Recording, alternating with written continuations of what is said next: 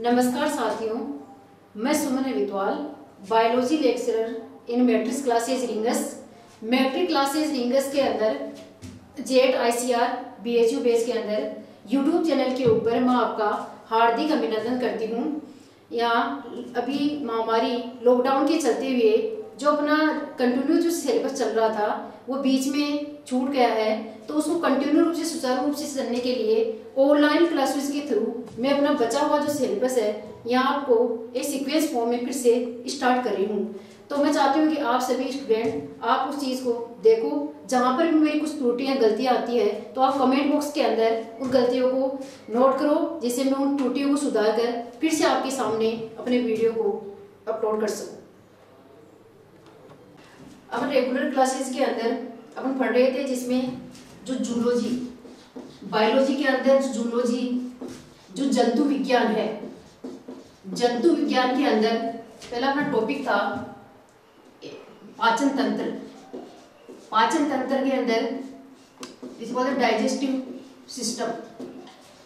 जो पाचन तंत्र अपना कंप्लीट हो चुका था, इस सिस्टम के अंदर अपन ने कुछ भोजन के कुछ अवयव थे, जैसे आपके मेन टॉपिक सिलेबस के अंदर जेट ICR में है भोजन के अवयव। अवयव के अंदर जो कंपाउंड्स है वो अपन देखते हैं, जैसे कार्बोहाइड्रेट, प्रोटीन, वसा, विटामिन्स, जल व खनिज। ये अपना टॉपिक है जो पाचन तंत्र कंप्लीट हो चुका था। उसके बाद में अपन यहाँ से स्टार्ट करेंगे भोजन के अवयव, जिसे पिछली क्लासों में रेगुलर क्लासों में आपको बताया था कि जैसे डाइजेस्टिव सिस्टम कंप्लीट होगा मैं आपको आगे के जो भोजन के अवयव हैं, कार्बोहाइड्रेट, प्रोटीन है, फैट है, जनरल के बारे में बताया था। लेकिन डिटेल से अपन इन टॉपिक को इस रूप में लेंगे क्योंकि आपके सिलेबस के अंदर ये मेन फिक्स है, जिसमें अपना फर्स्ट टॉपिक ये हो गया था। सेकेंड है भोजन के अवयव, और तीसरा अपना टॉपिक है जिसके बारे में आगे अपन पढ़ेंगे, वो है कुछ जीव हैं आपके सिलेबस के अंदर जिनकी बाह्य व आंतरिक संरचना के बारे में अपन स्टडी करेंगे। उसके अंदर एक तो पहला मेन जो जीव होता है वो है अमीबा, दूसरा देखेंगे इसमें केचुआ, और तीसरा है तिलचट्टा, कॉकरोच। इन तीनों एनिमल्स की बाह्य व आंतरिक संरचना के बारे में अपन स्टडी करेंगे। फिर अपना फोर्थ टॉपिक रहेगा यहाँ पे ऊतक, टिश्यू। जो टिश्यू होता है, ऊतक होता है, इसके अंदर कौन कौन सी टिश्यू पढ़ेंगे अपन? एक तो उपकला ऊतक पढ़ेंगे, उपकला ऊतक। एक पढ़ेंगे संयोजी ऊतक, और इसी चैप्टर के अंदर अपन पढ़ेंगे हड्डियां, पेशियां, तंत्रिका तंत्र और पेशीय तंत्र। यह अपना रहेगा फोर्थ चैप्टर। फाइव चैप्टर के अंदर अपन पढ़ेंगे रक्त परिसंचरण तंत्र। रक्त परिसंचरण तंत्र के अंदर पढ़ेंगे अपन, आपके सिलेबस में दे रखा है रक्त समूह है, ब्लड ग्रुप से पहले अपना टॉपिक रहेगा रक्त की ब्लड क्या है। उसके बाद में पढ़ेंगे ब्लड ग्रुप, उसके बाद में RH कारक, रक्त समूह में पढ़ेंगे RH कारक, ठीक है। फिर अपना जो 6 टॉपिक रहेगा वो रहेगा श्वसन तंत्र, रेस्पिरेटरी सिस्टम। श्वसन तंत्र के अंदर अपन पढ़ेंगे श्वसन है, श्वसन की परिभाषा है कि श्वसन क्या होता है, और श्वसन के अंदर जो गैसों का विनिमय किस प्रकार से होता है, श्वसन में भाग लेने वाले जो अंग होते हैं कौन से होते हैं, जैसे फेफड़े है, श्वास नली है, इनकी संरचना है, इनके बारे में देखेंगे। फिर अपना 7वां टॉपिक आ जाता है यहाँ पे जनन तंत्र, रिप्रोडक्टिव सिस्टम, जिसके अंदर अपन नर व मादा जनन तंत्र की संरचना, उसमें कैसे क्या क्वेश्चन बनते हैं, ये चीजें पढ़ेंगे। फिर अपना 8वां टॉपिक आता है इसके अंदर शुक्र जनन व अंड जनन। जो जनन की जो क्रिया होती है वो नर और मादा दोनों के अंदर शुक्र जनन और अंड जनन। इसके अलावा इसके अंदर शुक्राणु की जो संरचना है, निषेचन की क्रियाविधि है, ये चीजें पढ़ेंगे। ये अपने होते हैं 8वां टॉपिक। 9वां टॉपिक अपन यहाँ से लेते हैं, इसके अंदर आता है एक होता है नॉन कोडेट्स, जो नॉन कोडेट्स प्राणी होते हैं उनके वर्गीकरण का आधार क्या है, वर्गीकरण की कार्य प्रणाली क्या है, और इसके अंदर अपन पढ़ेंगे एनीमिलिया, एनीमिलिया जगत के बारे में अपन डिटेल से स्टडी करेंगे। 10वां पॉइंट आता है अपना, इसके बारे में पढ़ेंगे जीवों का वर्गीकरण, जीवों का वर्गीकरण का आधार क्या है, जीवों का वर्गीकरण। इस प्रकार अपनी ये 10 टॉपिक है जो जूलॉजी में यहाँ से पढ़ेंगे। इसके अलावा जो बच जाता है वो आगे अपन एक्सप्लेन करेंगे। फिर से देखो आप कि जूलॉजी के अंदर अपना चैप्टर स्टार्ट हो रहा था जिसके अंदर आपको पहला टॉपिक पाचन तंत्र, डाइजेस्टिव सिस्टम आपको कंप्लीट करवा दिया था। उसके बाद में मैंने कुछ पॉइंट्स इसके अंदर बीच में बताए थे कि कार्बोहाइड्रेट्स है, प्रोटीन्स है, फैट है, वसा है, विटामिन है, जल है, खनिज है। यहाँ के सिलेबस में दे रखा है कि भोजन के अवयव, ये भोजन के अवयव होते हैं। यहाँ से क्वेश्चन बनता है कि कार्बोहाइड्रेट, प्रोटीन, वसा, ये अपन डिटेल से अभी स्टडी करेंगे, अपना स्टार्टिंग होगी यहाँ से। फिर अपन थर्ड चैप्टर लेंगे, इसमें आपकी 3 ऐसे एनिमल्स दे रखे हैं जिसके अंदर से अंदरूनी उनकी बाह्य और आंतरिक संरचना से क्वेश्चन बनते हैं, जिसमें पहला जीव पढ़ेंगे अपन अमीबा, दूसरा केचुआ और तीसरा है तिलचट्टा। और जो फोर्थ टॉपिक अपन लेंगे वो है उत्तक। ये आपकी सिलेबस में मेंशन है कि उत्तक, उत्तक क्या है, उत्तकों के अंदर कौन सी उत्तक पढ़ेंगे अपन, आगे सिलेबस में जो दे रखा है वही चीज पढ़ेंगे। यहाँ पे उपकला उत्तक, उपकला उत्तक क्या होता है, इसे किस प्रकार के क्वेश्चन पुट अप होते हैं। फिर दूसरा टिश्यू पढ़ेंगे अपन संयोजी उत्तक। इस संयोजी उत्तक के अंदर ब्लड आ जाता है तो ब्लड अपन नेक्स्ट इसमें भी पढ़ेंगे। संयोजी उत्तक फिर हड्डियां होती है जिसमें कंकाल तंत्र आ जाता है, इसमें मात्र हड्डियां दे रखी है लेकिन हड्डियों के अंदर अपना सिस्टम आ जाता है कंकाल तंत्र, जो डिटेल से पढ़ेंगे। फिर अपनी बॉडी के अंदर जो पेशियां हैं, तंत्रिका तंत्र है और पेशीय तंत्र, यह आता है 4th चैप्टर के अंदर। फिर आपका 5th चैप्टर है जिसके अंदर पढ़ेंगे अपन रक्त परिसंचरण तंत्र। रक्त परिसंचरण तंत्र के अंदर अपन पढ़ेंगे कि ब्लड क्या है, ब्लड ग्रुप क्या होता है और ब्लड ग्रुप से किस प्रकार से क्वेश्चन आते हैं, और आरएच फैक्टर क्या होता है, आरएच फैक्टर से कैसे क्वेश्चन आते हैं, ये अपने 5 चैप्टर में है। आपकी जूलॉजी का 6th चैप्टर आता है श्वसन तंत्र, रेस्पिरेटरी सिस्टम। श्वसन तंत्र के अंदर अपन अपना जो सिस्टम है, आपके सिलेबस में सिर्फ आगे ये दे रखा है कि श्वसन तंत्र गैसों का विनिमय, गैसों का विनिमय होने से पहले अपन पहले इसकी स्ट्रक्चर पढ़ेंगे कि श्वसन तंत्र में आता क्या है, ये सिस्टम है क्या, इसके अंदर जो फेफड़े होते हैं, श्वास नली होती है, इस सब के बारे में डिटेल से स्टडी करेंगे। फिर अपना 7वां चैप्टर आता है जनन तंत्र, रिप्रोडक्टिव सिस्टम, जिसके अंदर अपन नर व मादा जनन तंत्र की संरचना और उनसे संबंधित जो क्वेश्चन बनते हैं वो चीजें देखेंगे। फिर 8वां चैप्टर आता है अपना शुक्र जनन, मतलब जो शुक्राणु बनता है, जो मेल गेमेट है, नर जनन युग्मक है और जो मादा जनन युग्मक अंडाणु, ये कैसे बनते हैं, इनकी प्रोसेस कैसे चलती है, जिसे बोलते हैं शुक्र जनन, अंड जनन, शुक्राणु की संरचना। फिर पढ़ेंगे इसमें निषेचन कि निषेचन क्या होता है, निषेचन की कैसी क्रियाविधि होती है, ये सारी चीजें पढ़ेंगे 8वें चैप्टर में। फिर जूलॉजी का 9वां चैप्टर आता है यहाँ पे नॉन कोडेट्स प्राणी। नॉन कोडेट्स वो प्राणी है जो अपने 11th-12th क्लास में पढ़ रखे हैं, उसमें जो एनीमिलिया जगत है उसके बारे में डिटेल से स्टडी करेंगे। फिर अपना 10वां चैप्टर आता है जीवों का वर्गीकरण, कि वर्गीकरण किस आधार पे किया गया है, ये चीजें पढ़ेंगे। ये अपने मेन टॉपिक है जिसके बारे में अपनी स्टडी करेंगे। अब अपना चैप्टर स्टार्ट करते हैं यहाँ से, पोषक तत्व, पोषक तत्व, न्यूट्रिएंट्स। अब जो पोषक तत्व होते हैं, पोषक तत्व, ये जो पोषक तत्व होते हैं इनकी बात करते हैं तो ये कार्बनिक और अकार्बनिक 2 प्रकार के होते हैं। कार्बनिक,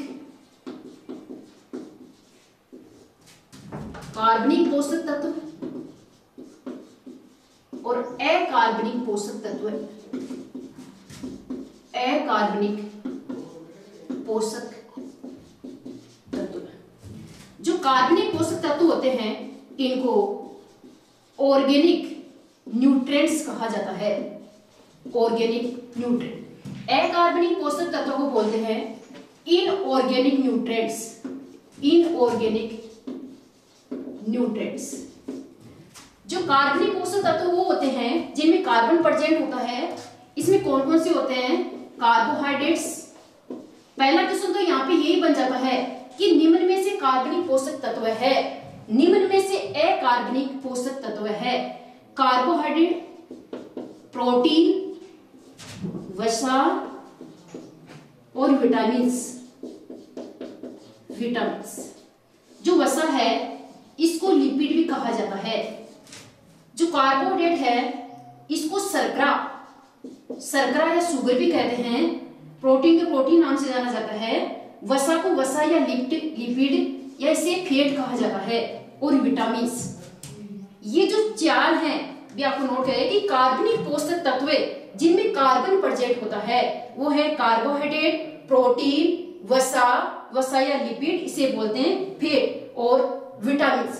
पहला क्वेश्चन यही आता है कि निम्न में से कार्बनिक पोषक तत्व है, तो आपको ऑप्शन में दिया जाएगा कार्बोहाइड्रेट, प्रोटीन, वसा या अदर एक अकार्बनिक दे देंगे। ये ऐसे पूछ लेंगे कि निम्न में से अकार्बनिक पोषक तत्व है। अकार्बनिक पोषक तत्व वो होते हैं जिनमें कार्बन अनुपस्थित होता है, जिसके अंदर पड़ेंगे जल और खनिज। जल और खनिज होते हैं मिनरल्स। आपके सिलेबस के अंदर जो कार्बनिक पोषक तत्व उसके अंदर कार्बोहाइड्रेट, प्रोटीन, वसा, विटामिन्स और खनिज दे रखे हैं। तो अपन डिटेल से स्टडी करेंगे। सबसे पहले पोषक तत्व न्यूट्रिएंट्स वो होते हैं जो अपनी बॉडी के लिए, उसकी टूट-फूट मरम्मत के लिए, बॉडी की एनर्जी के लिए, शरीर की जो उपापचय क्रियाएं होती है इनको रेगुलर बनाए रखने का कार्य करने का जो मेन काम होता है वो करते हैं पोषक तत्व। पोषक तत्व को दो भागों में डिवाइड किया गया है। कार्बन की उपस्थिति के आधार पर जिन्हें बोलते हैं कार्बनिक पोषक तत्व, ऑर्गेनिक न्यूट्रिएंट्स, और अकार्बनिक पोषक तत्व जिनको बोलते हैं इनऑर्गेनिक न्यूट्रिएंट्स। कार्बनिक पोषक तत्व के अंदर आते हैं कार्बोहाइड्रेट जिनको बोलते हैं शर्करा, प्रोटीन, वसा या लिपिड या फैट, और विटामिन्स। अकार्बनिक पोषक तत्व के अंदर आते हैं जल और खनिज। सबसे पहले अपन स्टार्टिंग करते हैं कार्बनिक पोषक तत्व, जिसके अंदर अपन लेंगे कार्बोहाइड्रेट्स या शर्कराएं। भोजन का अवयव जो न्यूट्रिएंट्स से कार्बनिक पदार्थ है वो लेंगे कार्बोहाइड्रेट्स।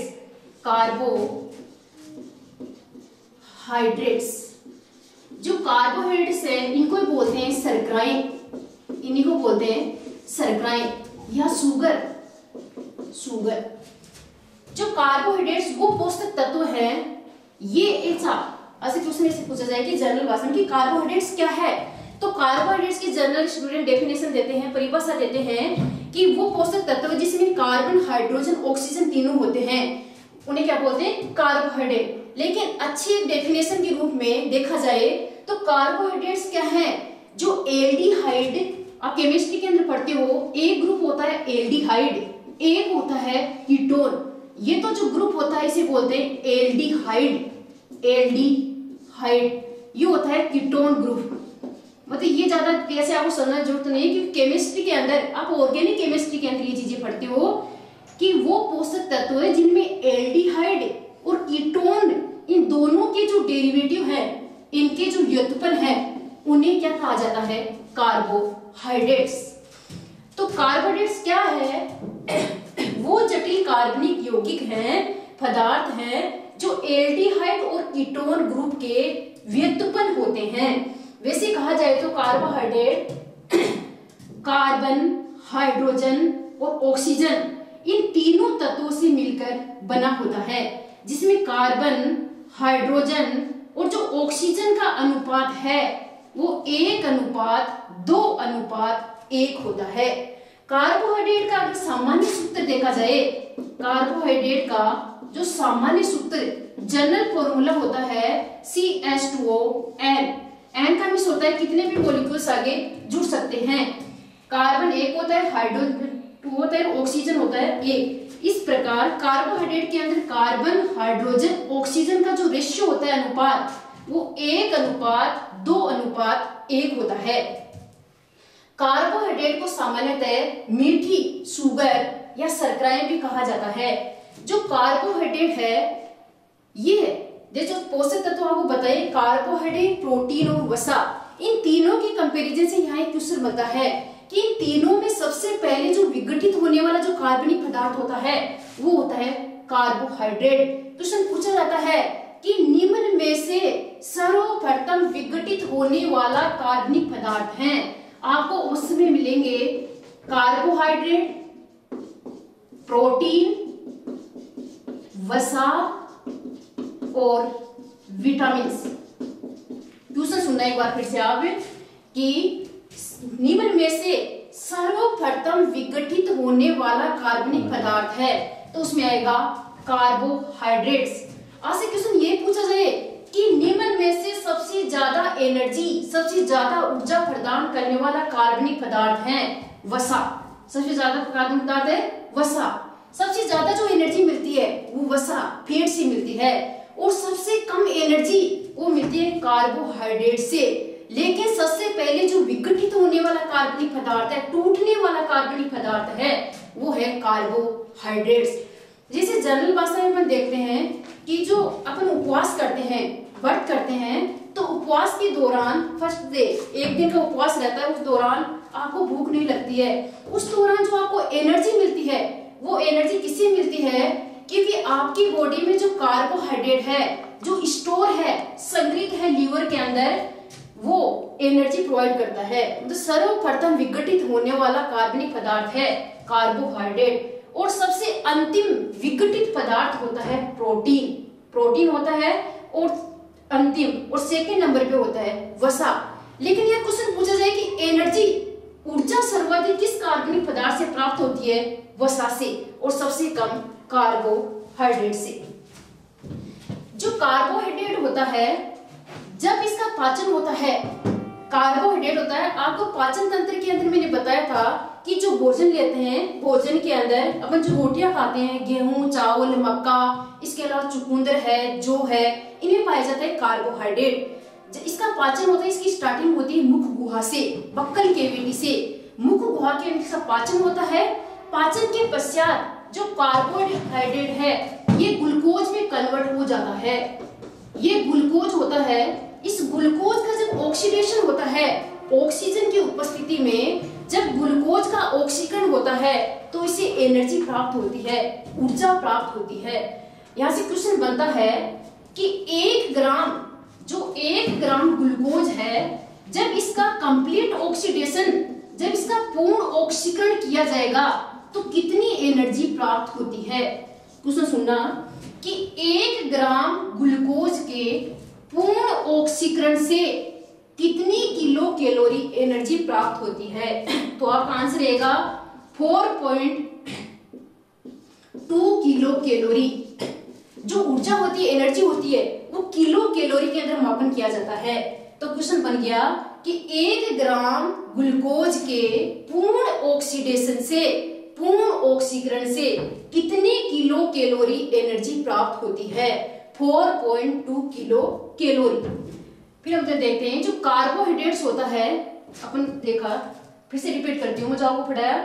कार्बोहाइड्रेट्स क्या है? एक कार्बनिक तत्व है जिसके अंदर जनरल डेफिनेशन में, परिभाषा में, अपन जनरल भाषा में बोलते हैं कि वे जटिल कार्बनिक यौगिक जिनमें कार्बन, हाइड्रोजन और ऑक्सीजन तीनों तत्व 1:2:1 की रेशो में पाए जाते हैं। लेकिन जब अच्छी डेफिनेशन, परिभाषा के रूप में जब कार्बोहाइड्रेट को परिभाषित किया जाता है, तो इसको बोला जाता है कि वे जटिल कार्बनिक पदार्थ जो एल्डिहाइड और कीटोन जो समूह है उनके डेरिवेटिव व्युत्पन्न होते हैं, उन्हें क्या कहा जाता है? कार्बोहाइड्रेट्स कहा जाता है। कार्बोहाइड्रेट्स का सामान्य सूत्र पूछ लिया जाता है, तो वहां पे CH2ON, N क्या है? यहाँ पे इकाइयां हैं और सारी यूनिट जुड़ जाएगी। कार्बन सिंगल है, H2O 2 के रेशो में, और ऑक्सीजन है सिंगल, तो 1:2:1। फिर क्वेश्चन आता है कि कार्बोहाइड्रेट का पाचन स्टार्ट हो जाता है मुख गुहा के अंदर। मुख गुहा में जब इसका पाचन होता है तो ये ग्लूकोज में कन्वर्ट हो जाता है। ग्लूकोज में सबसे छोटी इकाई, सबसे सरलतम इकाई होती है ग्लूकोज। ये ग्लूकोज, इसका ऑक्सीडेशन जब पूरी तरह से हो जाता है ऑक्सीजन की उपस्थिति में, तो इसे एनर्जी प्राप्त होती है। मतलब एनर्जी का सबसे प्रमुख सोर्स माना जाता है किसको? कार्बोहाइड्रेट्स को। ये कार्बोहाइड्रेट्स किससे प्राप्त होता है? जो आप रोटियां खाते हो जिसमें गेहूं, चावल, मक्का, जौ, शकरकंद, इन सभी चीजों से क्या प्राप्त होता है? कार्बोहाइड्रेट्स। अब अपन देखते हैं कि जो है ये अनेक छोटी छोटी इकाइयों से मिलकर बना होता है, जिनको बोलते हैं सेकेराइड्स, जिनको बोलते हैं सेकेराइड्स। इन सेकेराइड्स के आधार पर अपन देखेंगे कार्बोहाइड्रेट्स के प्रकार, कार्बोहाइड्रेट्स के प्रकार।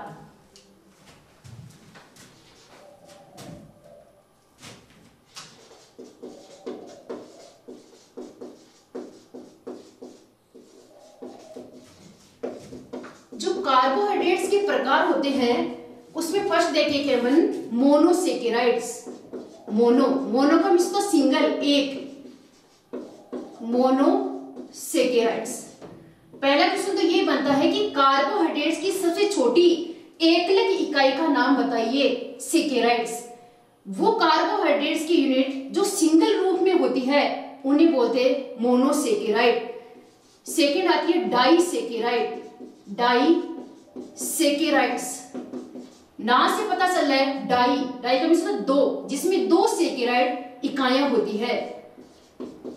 थर्ड प्रकार है इसका पॉलीसेकेराइड।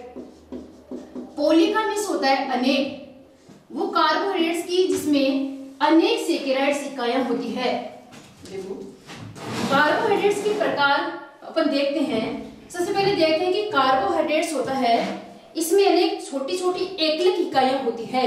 तो कार्बोहाइड्रेट की सबसे छोटी एकलक इकाई का नाम होता है सेकेराइड्स। इसका नाम होता है सेकेराइड्स।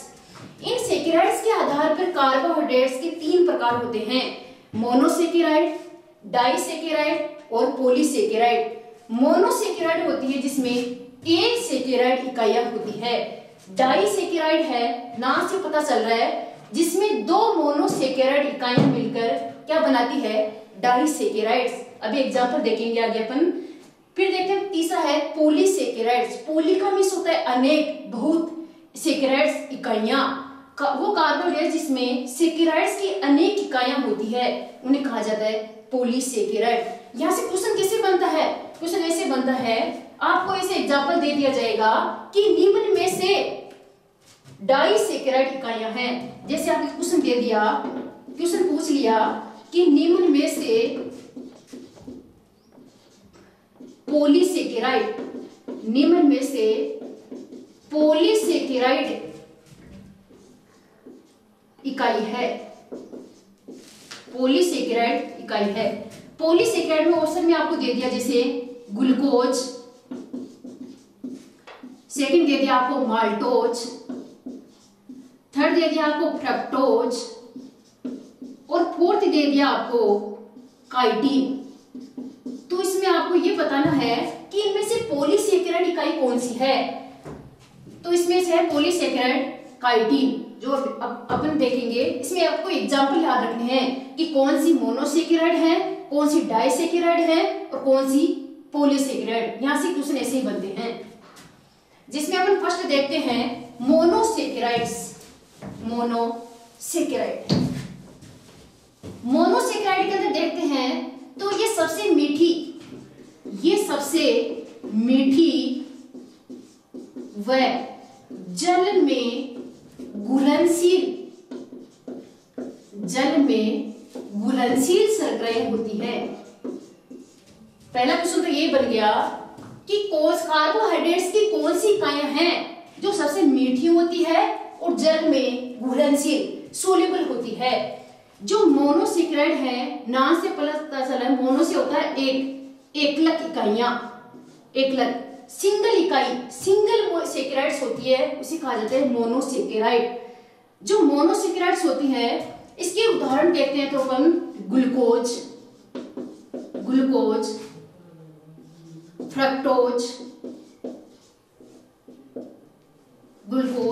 फ्रक्टोज, ठीक है।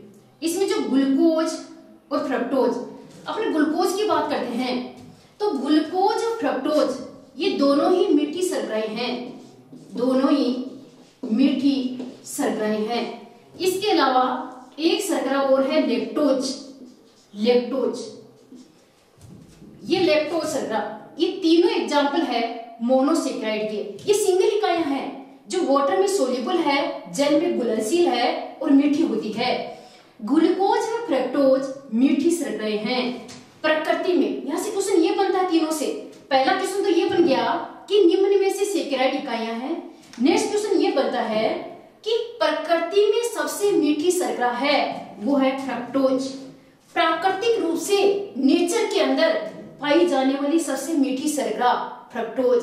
ये फ्रक्टोज पाई कहाँ जाती है? शहद के अंदर, हनी, शहद, जो शहद होता है मधुमक्खियों का, उनके अंदर पाई जाने वाली शर्करा है फ्रक्टोज, जो नेचर में सबसे मीठी होती है।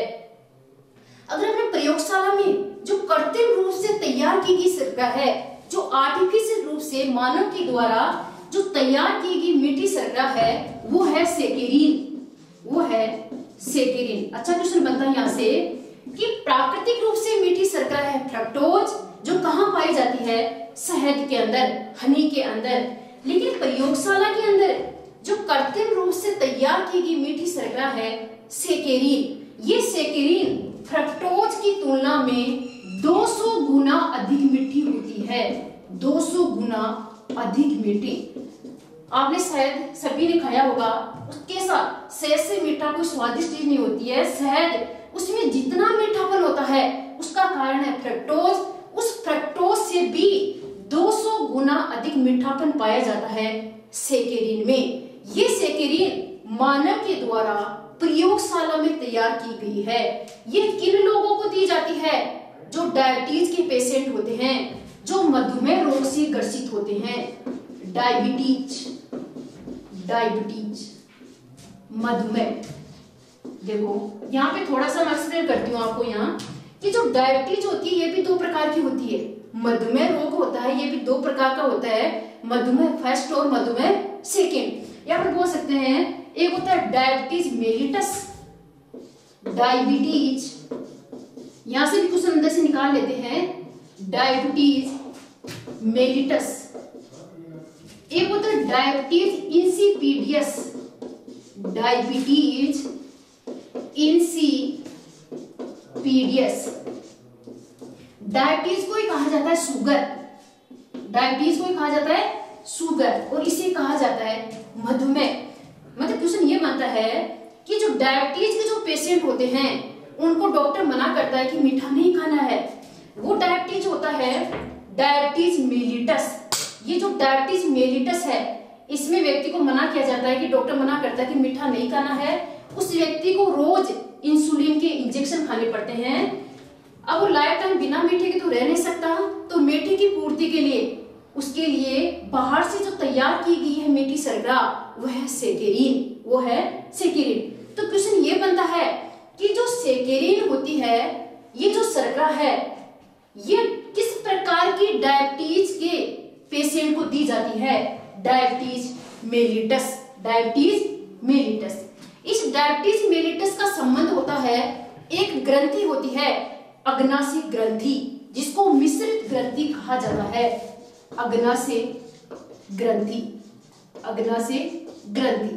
और डायबिटीज इंसिपिडियस, इसका संबंध होता है पीयूष ग्रंथि, एडीएच, जो एडीएच हार्मोन होता है उससे लिंक होता है।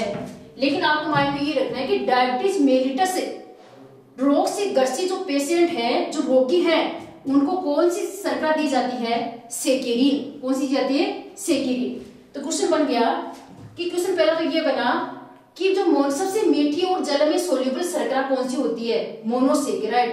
फिर क्वेश्चन बनता है कि निम्न में से मोनोसेकेराइड इकाइयां हैं, तो आपको 3 एग्जाम्पल याद रखना है, ग्लूकोज, फ्रक्टोज और लैक्टोज। ग्लूकोज, फ्रक्टोज, ये दोनों मीठी शर्कराएं हैं। जो फ्रक्टोज है, ये प्रकृति में, नेचर में सबसे मीठी शर्करा है, जो किसमें पाई जाती है? शहद के अंदर। और जो मानव के द्वारा कृत्रिम रूप से तैयार शर्करा है सेकेरिन, जो मार्केट में अवेलेबल है, वो किन पेशेंट को दी जाती है, किन व्यक्ति को दी जाती है? जो मधुमेह रोग, जो डायबिटीज मेलिटस रोग से ग्रसित होते हैं। ये जो सेकेरिन होती है, ये फ्रक्टोज की तुलना में 200 गुना अधिक मीठी होती है। फिर बात करते हैं कि जो ग्लूकोज है, ग्लूकोज को ब्लड शुगर, रक्त शर्करा कहा जाता है। ये ब्लड में पाई जाती है, इसलिए कहा जाता है ब्लड शर्करा, रक्त शर्करा। क्वेश्चन आता है, रक्त शर्करा है ग्लूकोज, शहद में पाई जाने वाली शर्करा है फ्रक्टोज, फलों में पाई पाई जाने वाली शर्करा है फ्रक्टोज। जो फ्रूट्स होते हैं, फल होते हैं, उनमें भी फ्रक्टोज पाई जाती है। लैक्टोज यह दुग्ध शर्करा, मिल्क, ये दूध में पाई जाती है। दूध में जो मीठापन होता है वो होता है लैक्टोज शर्करा के कारण, लैक्टोज शर्करा।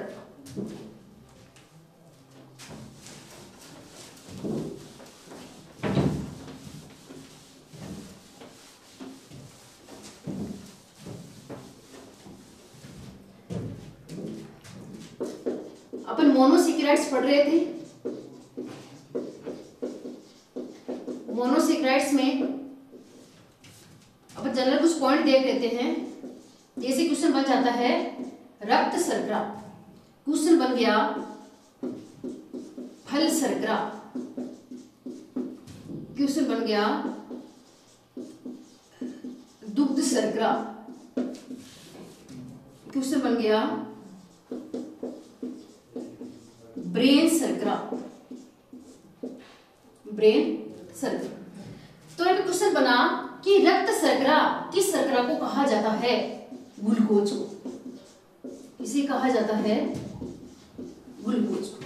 फल शर्करा, फैसे आप टर्न कर लेना, इसे माइंड में रह जाएगा फ्रक्टोज, फ्रक्टोज सबसे मीठी शर्करा जो शहद और क्लो दोनों में पाई जाती है। दुग्ध शर्करा लैक्टोज, दूध में जो मीठापन होता है वो होता है लैक्टोज के कारण, और दूध में जो प्रोटीन पाई जाती है वो होती है केसिन। ब्रेन शर्करा, ब्रेन शर्करा है गलेक्टोज, गलेक्टोज। ये कुछ पॉइंट्स हैं मोनोसेकेराइड्स में जहां से क्वेश्चन पूछ लिया जाता है, छोटा क्वेश्चन, कि ब्लड शर्करा इसे कहा जाता है ग्लूकोज, फल शर्करा फ्रक्टोज को, मिल्क शुगर दुग्ध शर्करा लैक्टोज को, और ब्रेन शुगर कहा जाता है गलेक्टोज को। अपनी बॉडी की बात करें कि जो मानव शरीर है, जो ह्यूमन बॉडी है, मानव शरीर का 50 से 79% जो भाग होता है वो कार्बोहाइड्रेट्स के द्वारा निर्मित होता है। अपने ऐसे कह सकते हैं कि ह्यूमन बॉडी को 50 से 79% जो एनर्जी है वो किससे प्रोवाइड होती है? कार्बोहाइड्रेट से। अब कार्बोहाइड्रेट्स की अपन बात करते हैं सेकेंड यूनिट, डाइसेकेराइड्स, डाइसेकेराइड्स। नाम से पता चल रहा है डाई का मीन्स होता है दो, सेकेराइड्स होती है इकाइयां।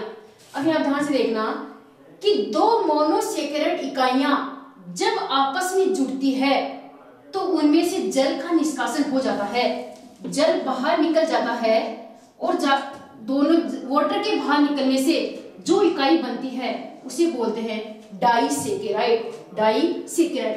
यह क्वेश्चन ये बनता है कि निम्न में से डाइसेकेराइड इकाइयां हैं। तो पहले आपको माइंड सेट करना है कि माल्टोज, माल्टोज, सुक्रोज, सुक्रोज। जो माल्टोज होती है, माल्टोज, माल्टोज को अन्य नाम से जाना जाता है माल्ट शुगर, माल्ट शर्करा। ये माल्ट शर्करा किसमें पाई जाती है? अनाजों के अंदर। जो अनाज होते हैं उनमें पाई जाती है माल्टोज। अनाज के अलावा चुकंदर, अनाज, इसके अलावा जो चुकंदर है उसमें पाई जाने वाली डाइसेकेराइड शर्करा का नाम बताइए? माल्टोज। सुक्रोज की बात करते हैं तो इसे बोलते हैं गन्ना शर्करा, गन्ना शर्करा। गन्ना शर्करा किसे कहा जाता है? सुक्रोज को। जो माल्टोज होता है ये दो इकाइयों से मिलकर बना होता है। जब ग्लूकोज प्लस ग्लूकोज, दो ग्लूकोज की इकाइयां आपस में जुड़ती है तो एक डाइसेकेराइड का निर्माण करती है जिसे बोलते हैं माल्टोज।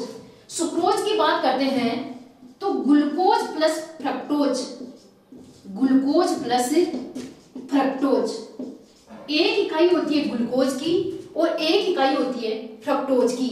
ये दोनों इकाइयां आपस में जुड़कर सुक्रोज डाइसेकेराइड का निर्माण करती है। अब बात करते हैं अपन लैक्टोज। लैक्टोज। लैक्टोज के अंदर भी एक ग्लूकोज और एक गैलेक्टोज, ग्लूकोज प्लस गैलेक्टोज ये दोनों इकाइयां मिलकर लैक्टोज शर्करा का निर्माण करती है। तो आपसे क्वेश्चन ये पूछा जाता है यहां से कि निम्न में से डाइसैकेराइड इकाइयां हैं, तो आपको बताना है कि माल्टोज, सुक्रोज और लैक्टोज। जो माल्टोज है इसे माल्ट शर्करा भी कहा जाता है। माल्टोज होता है ये ग्लूकोज और ग्लूकोज दोनों इकाइयों से मिलकर निर्मित होता है। सुक्रोज होता है इसे गन्ना शर्करा कहा जाता है। गन्ना शर्करा क्यों कहा जाता है? क्योंकि गन्ने में पाई जाती है। सुक्रोज इसका निर्माण ग्लूकोज और फ्रक्टोज इन दोनों इकाइयों के मिलकर होता है। बात करते हैं लैक्टोज। लैक्टोज में भी दो मोनोसैकेराइड इकाइयां होती है, ग्लूकोज और गैलेक्टोज।